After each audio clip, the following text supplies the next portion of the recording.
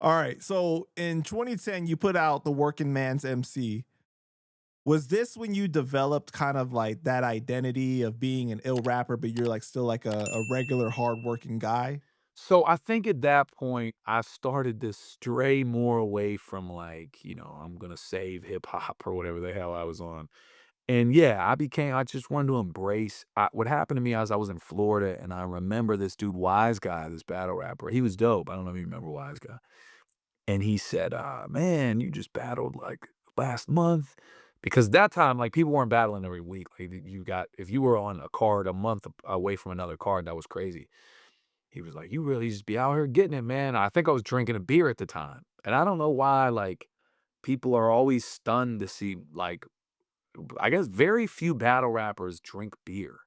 So I think the fact that I just be drinking beer, they're like, "You like the regular working man's MC," and I'm like, "That's kinda dope." And so I ran with it, uh, and then with the work ethic and everything, it just fit the blue collar kinda mindset. So, yeah, I think that was the first project that I was like, "Okay, I'm proud of this record," like, for sure. How did you approach this album differently compared to the first one? I started to, like, look at what other battle rappers were like. I remember Sonny Bamboo made really good music, right? Illmac made good music. So I started to like, what are they doing?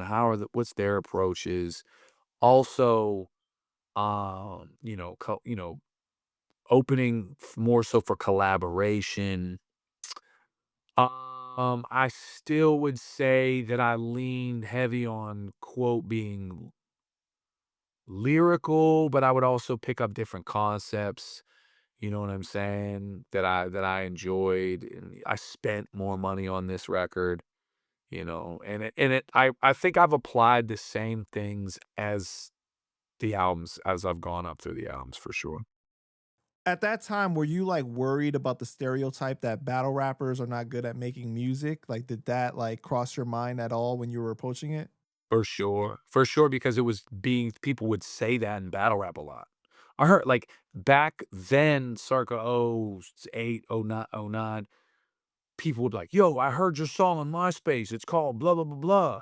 You should throw that away." Because it's like they would list specific songs you had or albums you had. Like they would list your music. They had listened to it, and they'd be like, "This is trash." Like they wouldn't, you know what I mean? So that was another. So we probably did ourselves no favors during that era by constantly trashing each other's music. Um, but yeah, I mean, it was definitely something. But it wasn't. I just loved making music. Like it wasn't like I was like, should I even make music? If I bet like I mean, I knew I was gonna get some heat for it, you know what I mean? Right. But On the album, you got my bros, Poison Pen, Icon the Mike King, right? I just spoke to Mike yesterday, and he said that legend. you actually saved him recently too, because he left his passport at the club or something like that. My dog. Yeah, yeah, man. Bro, they was trying to not let him get his thing, his passport or whatever. I'm like, yo, man, let me FaceTime him real quick. Boom, boom. So they eventually did. Yeah, they did. You know what I mean? Which I could see could be a security thing, but dude, Icon's my guy, man. And it was a perfect moment. Like, and so getting back to the disaster ship, I battled this dude, Chef Trez, who's super fire, but the event was shit. The audio is terrible. And it sucks because here I had an organic moment where I had like Chef Trez is known for freestyle doing freestyles. I got Icon the Mike King behind me. I have a super dope freestyle bar where he's there. Like so many things could have been made into a bigger moment. And it's damn near unwatchable footage and unlistenable audio.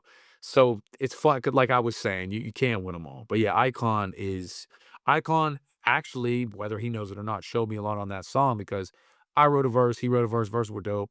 I did a hook. I was like, "What you think of the hook?" And I remember he was just like, "So the hook's cool, bro, but it kinda sounds like an extension of the verse. Like, I think you should try to make it." And it was just honest, good criticism. I knew he made good music, and I did switch it up, and I liked the song now, you know what I mean? It's so funny he told me that. Did he? Yeah, he Yeah, said that he gave you a little input on the hook and everything like that, and you yeah. you made the changes. Yeah. Yeah, it was 100% right. Like, I forget, you know what I mean? I put the hook down, and then 100% sounded like an extension. He's like, "Yeah, it just sounds like an extension of the verse."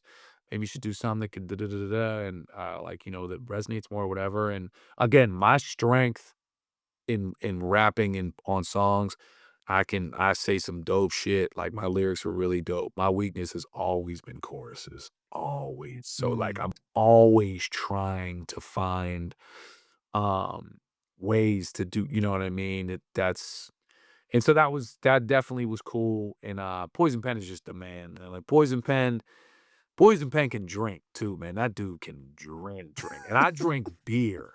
So that dude be drinking liquor, just walking around, and the party ain't party ain't never over for Penn, man. He's got his wits about him the whole time. Yeah. Love that dude, man. I actually met him when him and Technique came, probably circa '08, '07-ish, '08. Uh, Great guy, man. Great guy. Mm. Both of them are great guys, man. Like for real, like Absolutely. real solid individuals. You know, you got any funny stories from around the time of making that album?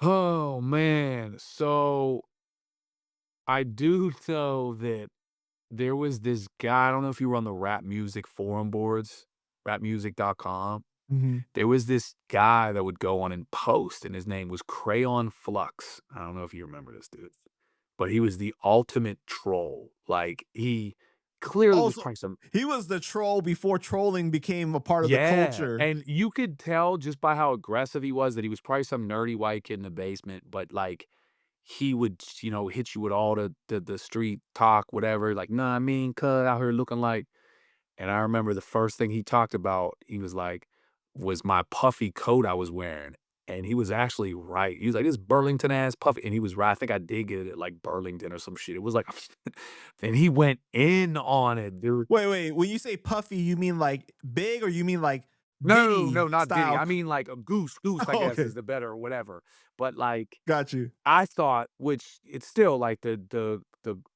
graph design and all the cover art, it looks great, but that puffy coat is 100% a ripoff, like it's like a $70 coat, or if it at the time, and, I remember because he usually left me alone, he didn't fuck with me.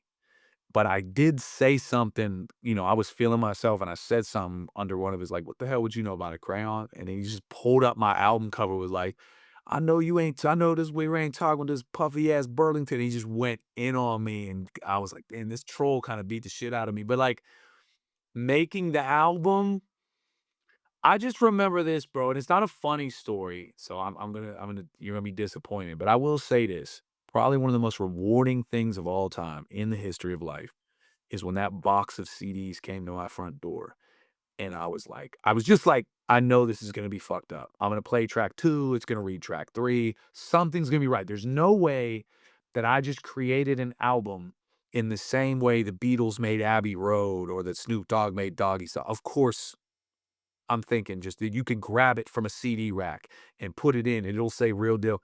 And sure as shit, I listened to that album all the way through, not a mistake. Everything showed up. Real, I was like, "Damn, I made it." Like, you know what I mean? And I'm sure that album made, whatever, but that was easily one of the most rewarding things ever. Just a proud moment.